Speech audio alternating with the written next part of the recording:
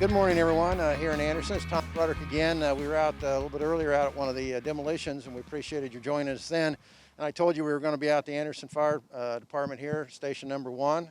And I'm with Chief Cravens and also Assistant Chief Todd Cawthorn and also Wilbert Kelly. And I'm not sure, we just got a whole line of folks here. So we're here with the backdrop behind us of a new fire department ambulance that we have, that we just took possession of, and I'm going to have the chief talk a little bit about this. We replace our ambulances once a year, but these are not completely new ambulances. We basically have, what do they call them again, Chief? Remounts. Remounts. And we take the back part of it here off and put it onto a new chassis, into a new truck. And then they also rework the inside of the cabin here, which we're going to talk about in a little bit. It saves us quite a bit of money. But I want you to talk a little bit about this, and I know Todd's had a lot of involvement in this as well, so you got to have two mics. So let's go ahead and talk a little bit about it, Chief. Okay. Well, first of all, I'd like to thank all my guys, all the hard work and their competence and their skills, and how personalized our EMS runs are to solidify our relationship with our community. You know, we house 3 ambulances in the city of Anderson, do about 11,000 runs, and every year our runs are going up. We're getting busier and busier, so we appreciate the support in the EMS. Each year we try to remount our ambulances to keep them updated. The really driving force behind EMS is my Chief Cawthorn. He kind of led the way this year on remounting the truck and progressing our EMS over the last few years. So at this point, I'll turn it over to Chief Cawthorn. Good afternoon. Just like Chief Craven said, we do have 3 frontline ambulances stationed strategically in the city, one out on 53rd Street at our Station 8, one at 22nd and Fulton, and then one up here at our headquarters at 5th and Jackson. We do run about 11,000 runs a year, putting quite a bit of wear and tear on our trucks, which does necessitate us remounting or buying new ambulance one a year, so we get 3 solid years of frontline use out of each ambulance. What you have behind you is a Braun ambulance that's been remounted onto a Ford F550 chassis. It's 2020. The work was done by First Priority Group out of New Jersey. It has new suspension, all new hardware inside and out, new floor, new upholstery, just so that we can continue to provide the service to our citizens that we feel they deserve. Thank you, Todd. And I might ask, that all these gentlemen here are EMTs, right? Yes. And also the paramedics. And I can tell you, if you've ever had the occasion in Anderson, hopefully you haven't, but many of you have to call for ambulance service. I know you always feel great when you see one of these guys pull up, because they do a great job and they're extremely well trained. And I know that both Chief Cawthorn and Cravens both believe very much in keeping this a #1 fire service that we have. And this particular unit is really great. Now, tell us a little bit about the exact savings that we would have in putting the remount versus buying a new truck, and how often can you do that? The cost of a new truck, the size of which that we run, it goes anywhere from $210,000 to $225,000. To adequately remount the box, which we can do up to 2 to 3 times before the cost of the remount creeps up to the cost of a new, runs us about $175,000. So that it's a savings of $40,000 to $50,000 every time we opt to remount versus buying a new truck every time. Well, again, we thank you guys. The City of Anderson thanks all of you for everything you do, and the rest of the firefighters that we have here that do a great job every day in helping to protect us.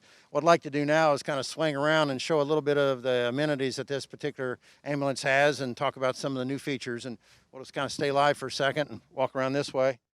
One of the biggest things that we've been able to do with these remounts is, historically, we initially ran with stock suspension on our chassis, and then as the weight of our equipment got higher, we switched over to an air suspension, which in this part of the country, with the freezing in the wintertime and the moisture that can get in the airbags, it was a little unpredictable at times.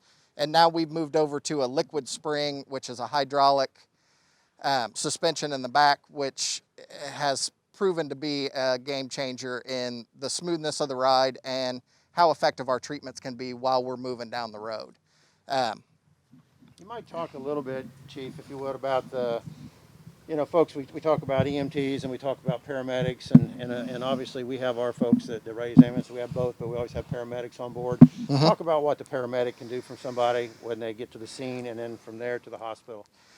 The two different primary levels of care in the state of Indiana are what we consider BLS, or basic life support, and ALS, advanced life support. Our EMTs on the department, and anybody that's on now, have to be trained at the EMT level, and some of our members have gone on to get trained at the paramedic level, which is the advanced life support. EMTs, bandaging, splinting, CPR, a lot of the essential things for basic life support, and our paramedics provide that next level with cardiac medicines, 12-lead cardiac monitoring, some small surgical procedures, advanced airways.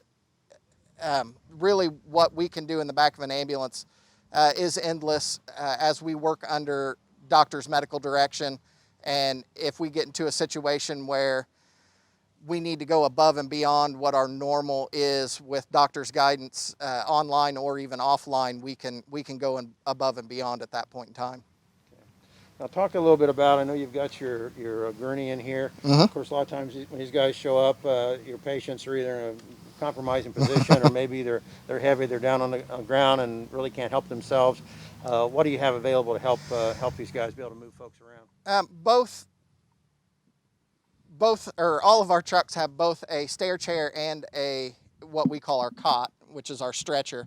Our stair chair is basically a chair that has tracks like a tank that allows us to bring people down flights of stairs without bouncing them on every step, and it keeps them securely packaged until we can get to a lower level and then load them onto our stretcher. Our stretcher nowadays have become very automated, from both the up and down to the loading system in our trucks. I need more than one hand.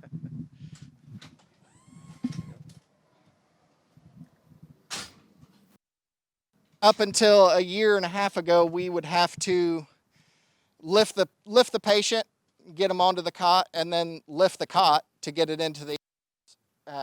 Now, with the help of FEMA grant that we were able to secure about a year and a half ago, we now have both power cots and power loaders, so that once we get the patient on the stretcher, the heavy lifting for us is done, and so far it's proven really, really positively that we can reduce our back injuries and injuries to our EMTs and paramedics by having these loaders and the automation on the cots,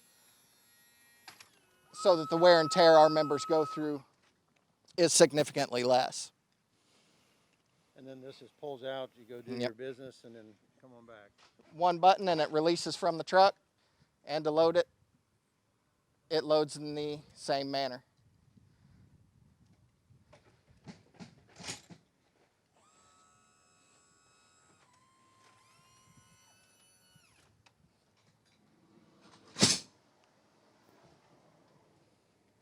Chief, you might talk a little bit, and if Chief Cravens wants to join on that too. I know you guys take a lot of time and effort to make sure that your response time is as short as possible. Tell us a little bit about your average response time on most of the runs that we have here in the community. Our average response time is anywhere from 2 to 4 minutes. The 4-minute mark being the golden staple in our industry, is to get to any call within the 4 minutes.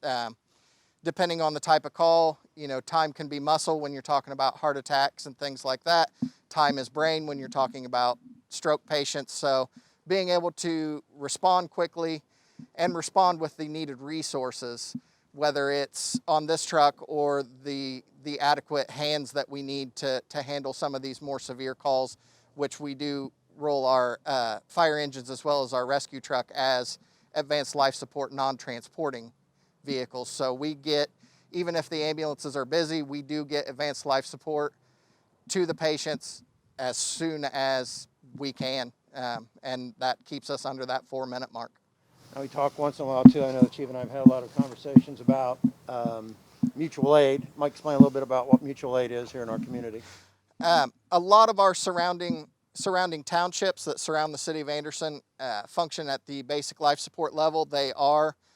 We are seeing some departments that are starting to step up to advanced life support with advanced EMTs. But in those really serious runs, the more hands that they need and the level of paramedic that they may need, we do find ourselves assisting out into the rural communities a little bit more than we used to. And then finally, the cost, we've talked about the total cost of this package, but then how it's paid for. And I know we've worked hard to try to keep this off the general taxpayer rolls, and because of your service, the fact that you guys do generate income through this, oftentimes through federal insurance payments, Yes. We're able to pool that money and then take care of these big expenditures through that. Is that fair to say? Very much so. Our EMS billing department, we take care of it in-house. We do have four lovely ladies that work in our headquarters that do both private insurance billing as well as Medicare and Medicaid. And then we've also worked hard to latch on to what they call freestanding Medicaid funds, which is basically monies that we felt we were entitled to with our run volume and the patients we transported. And then we apply for those every year, and so far so good, we've received those funds every year. You may recall going back 3 or 4 years, we hadn't received those funds. We went ahead and jumped on that, and actually that money that we were able to accumulate paid for all the upgrades here at the fire station a couple of years ago or so, Yes. about $1 million worth, and made a big difference and made this particular facility good to go for the next 15, 20 years easily without any changes, and of course continue to upgrade our equipment. So again, guys, I want to thank you for everything you do. I particularly really want to thank all the paramedics and the EMTs that work hard every day to help protect all of our lives. The number of lives that they have saved in our community are countless, and I know the folks that have felt fortunate enough to have their assistance can tell the story better than I ever could. But they're very much appreciated in everything that they do. Thank you guys so very much. Thank you.